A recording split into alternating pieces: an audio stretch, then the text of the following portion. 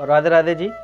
जैसे कि आपको पिछली वीडियो में दुर्गा सप्तशती के रिलेटेड मैंने एक वीडियो डाली थी, तो उसमें आप लोगों के कुछ प्रश्न थे, मेरे को कॉल आया, कुछ लोगों के प्रश्न थे कि जैसे दुर्गा सप्तशती जो है, ये हम संस्कृत में ही पढ़ सकते हैं, क्या इसको हिंदी में नहीं पढ़ सकते? तो ऐसा कुछ नहीं है, आप इसको हिंदी में भी पढ़ सकते हैं जो दुर्गा सप्तशती है।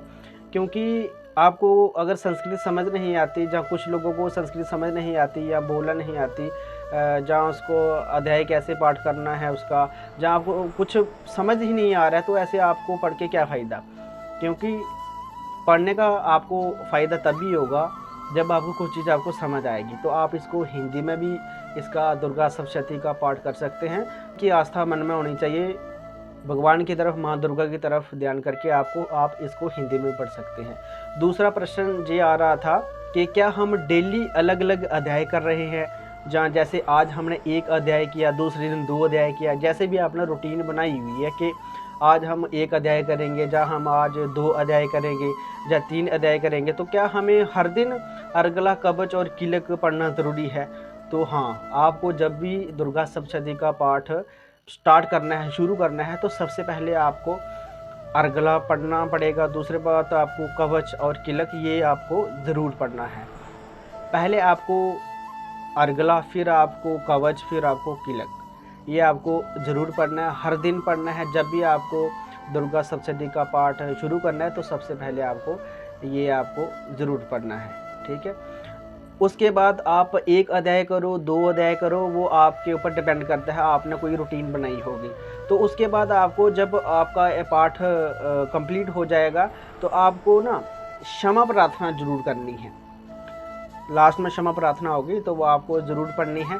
उससे क्या होगा कि आपके से जो भी गलती हुई होगी, या जो भी पढ़ने में कोई गलती हुई होगी, जहाँ कुछ आपको पता नहीं था, अनजान थे आप, तो उससे क्या होगा कि माता जी आपको माफ़ कर देंगी। माफ़ी ज़रूर मांगनी है कि हमसे अगर कोई गलती हुई होगी पढ़ने में, जहाँ समझने में, या कुछ भी गलती होगी, तो हमें माफ़ कर देना। तो क्षमा प्रार्थना पढ़ने से आपको ये होगा कि आपको माता रानी माफ़ कर देंगी।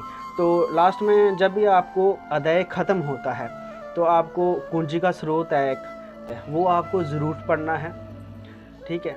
तो वैसे आपने जैसे अध्याय आपने सारे कंप्लीट कर लिए, तो उसके बाद कुंजी का जो स्रोत है, ये आपको ज़रूर पढ़ना है। और साथ में जब भी आप हर दिन, चाहे आप 1 अध्याय कर रहे हो या 2 अध्याय पढ़ रहे हो, तो आपको क्षमा प्रार्थना भी ज़रूर पढ़नी है। इससे आपको बता दिया कि जो भी आपसे कोई गलती हुई होगी, उसे माता रानी आपको माफ़ कर देंगी।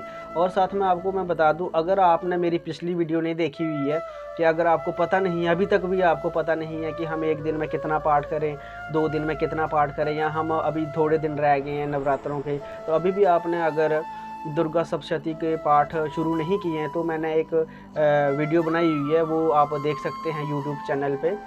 तो उस पे मैंने बताया कि आप 3 दिन में पाठ ये सारे अध्याय कैसे कंप्लीट कर सकते हो, 7 दिन में कैसे कर सकते हो, 9 दिन में कैसे कर सकते हो। आपके पास अभी समय कम है, तो आप वो मेरी वीडियो देख लें, तो उसमें मैंने बताया कि 3 दिन में आप सारे ये अध्याय कैसे कंप्लीट कर सकते हो। तो ये आपको जानकारी सभी अपने दोस्तों मित्रों को बतानी है कि आपको संस्कृत नहीं आती अच्छे से, तो आप हिंदी में ये पाठ कर सकते हो। ऐसा नहीं है कि आप संस्कृत में ही करोगे, ऐसा कुछ नहीं है। तो जो आपको भाषा समझ आती है, तो उसी में आपको ये पाठ करना है। लेकिन अब हिंदी सबको समझ आती है, तो आप हिंदी में ये पाठ कर सकते हो। ये जानकारी आप अपने दोस्तों मित्रों को शेयर कर दीजिएगा। राधे राधे।